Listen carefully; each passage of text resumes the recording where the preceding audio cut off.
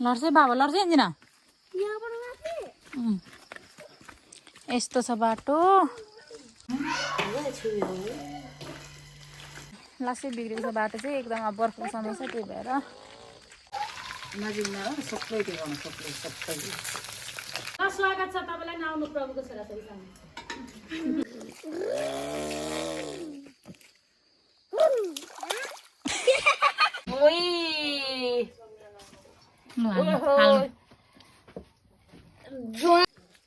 सेनामेनाहरू डोर्याएर हिँड्नु परिरह अब नन्नै चिप्लेको इन्जिना वाउ यस्तो मिठो भएछ खतरा तपाईँलाई धेरै धन्यवाद हेलो साथीहरू गुड मर्निङ स्वागत गर्न चाहन्छु फेरि पनि अर्को नयाँ भिडियोमा आयो सबैजना सन्चै हुनुहुन्छ होला नयाँ दिन नयाँ ब्लगको सुरुवात भइसकेको छ साथीहरू म चाहिँ घर हिँड्दैछु साथीहरू आज चाहिँ हाम्रो घरमा सङ्गति छ आमा दिदी पनि सङ्गति किन भाँचिरहेको हिँड न छिटो ल हिँड अनि सो दुईजना मेरो छोराछोरीलाई डोर्याउँदै हिँड्दैछु एन्जिन आज स्कुल नजाने तपाईँको घर जान्छु भन्ने गरेर मैले मेरो छोरीलाई पनि लिएर आएको साथीहरू त्यसो अब चाहिँ हामी जङ्गल पसेको हिँड्दैछौँ अनि आज आमा दिदी पनि सङ्गति छ हाम्रो घरमा अनि आउँदै हामी चाहिँ अगाडि आएको अब किनभने खानपिन बनाउनु पर्छ सो मम्मी एक्लै हुनुहुन्छ घरमा मम्मी र बुवा मात्रै अनि साथी खाना बनाउन साथी हामी तिनजना चाहिँ हिँडेको साथीहरू हिँड्नेछौँ हेर्दै गर्नु होला आजको भिडियो के कस्तो हुन्छ सो के पर्ने साथीहरू कोही नयाँ हुनुहुन्छ भिडियोमा सब्सक्राइब अनि लाइक सेयर गर्न नभुल्नु होला भन्न चाहन्छु छिटो हिँड्नुहोस् न हो बाटो यस्तो बिग्रेको छ साथीहरू बाटो यस्तो बिग्रेको छ अनि लासै बिग्रेको छ बाटो चाहिँ एकदम अब बर्खाको समय छ त्यही भएर सो साथीहरू हामी चाहिँ हिँड्दैछौँ हेर्दै गर्नु होला आजको भिडियो अन्तिमसम्म लिनु माथिबाट इन्जिन माथिबाट यता कुनाबाट साथीहरू बाटो चाहिँ यस्तो बिग्रेको छ हेर्नु न अनि यस्तो बाटोमा कसरी आउँछ गाडी यस्तो बाटोमा कसरी आउँछ गाडी अब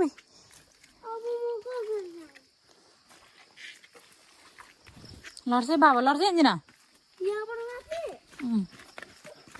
यस्तो छ बाटो इन्जिन लड्छ भनेको हिँड बाबु सेनामेनाहरू डोर्याएर हिँड्नु परिरह अब नन्नै चिप्लेको इन्जिन हिँड म ल्याउँछु भाइलाई लड्यो भने मुनि पुग्छ है समाउने छोरो मुनि पुग्छ मामाले समाउनु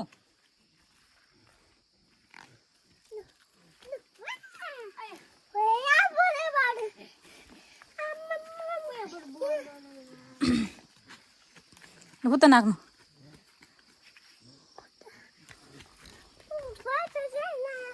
ले चिप्लिन्छ है कस्तो बिगारेछ पानीले अब चिप्ल्यो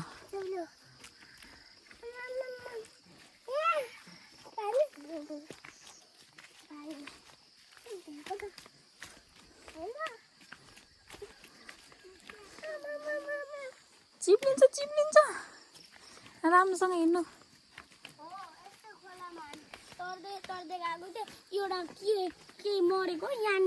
हिँड नै इन्जिन छ कति बोलेको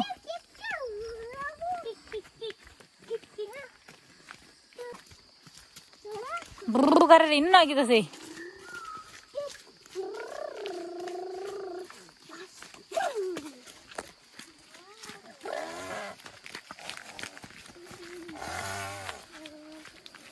गाडी भाँस्यो कि क्या हो छोरोको हिँड न छिटो ल हिँड हिँड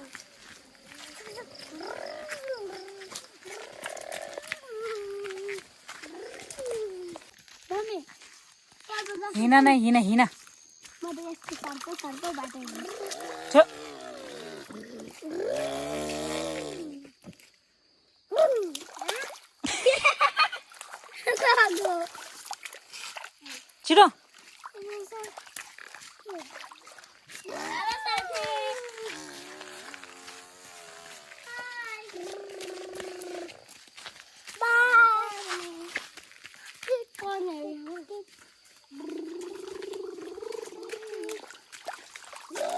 छिटो हिँड म त अब छोडेर हिँड्ने हो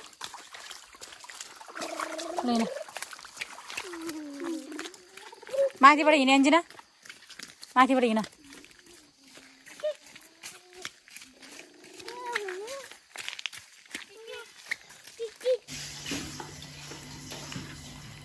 दादा ये छुई दो ना दादा ये छुई दो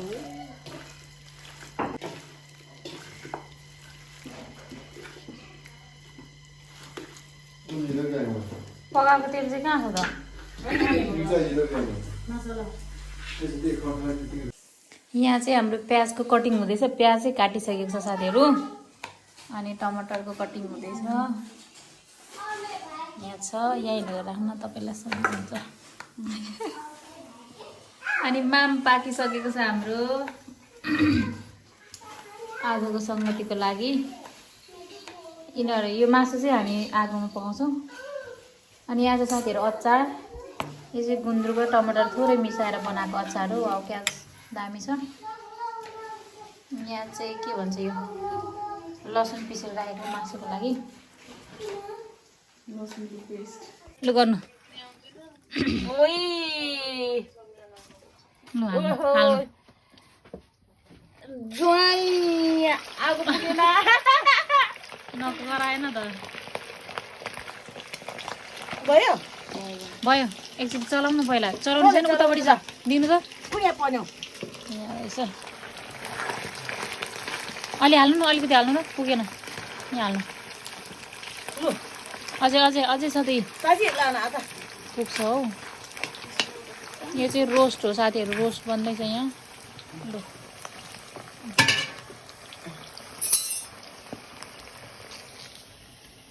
टिभी हाल्नु त साथीभाइहरू यो के हो सिस्टर न यो चाहिँ दाल हो यो दाल कालो कालो धेरै भयो क्या हो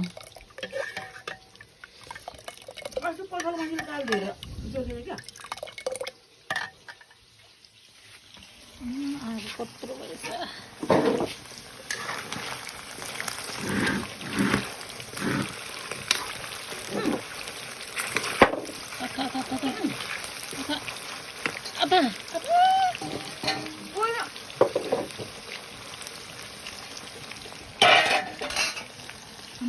आगो कत्रो भयो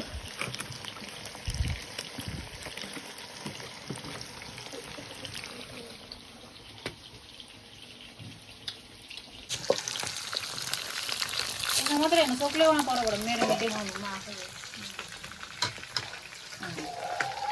नजिकमा सबै देखाउनु सबै सबै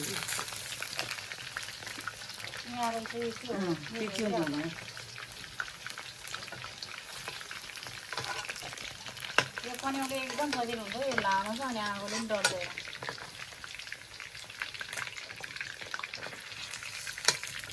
अर्को हाल्नु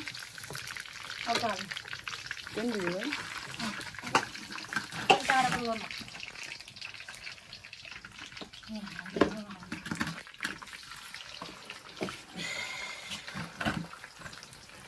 यो के भएको यो त एउटा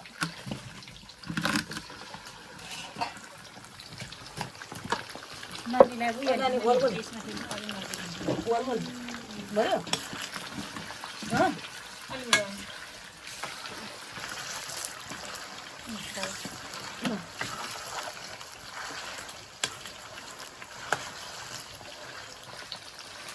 त्यो कोनाको चलाउनु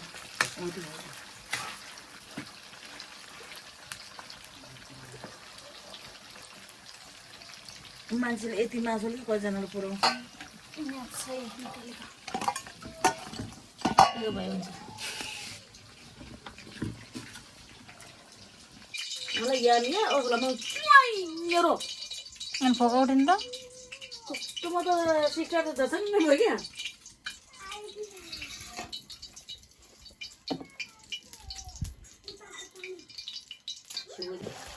दाल दाल बनाएको छ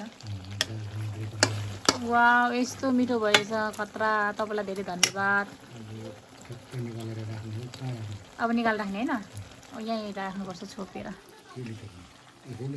हाम्रो के अरे कुकमेन आजको कुकमेन उहाँ हुनुहुन्छ हाम्रो बुवा तपाईँलाई धेरै धन्यवाद यो मिठो बनाउनु भयो तपाईँले उठाउनु लाग्नु भएको उता त्यहाँ उठाउनु भयो उतापट्टि छोप्ने यसले नि हुँदैन यो ए साँच्ची यो त ऊ छ है म छोप्ने लिएर आउँछु ल पो उता छ कि ल स्वागत छ तपाईलाई नआउनु प्रभुको छोराछोरीसँग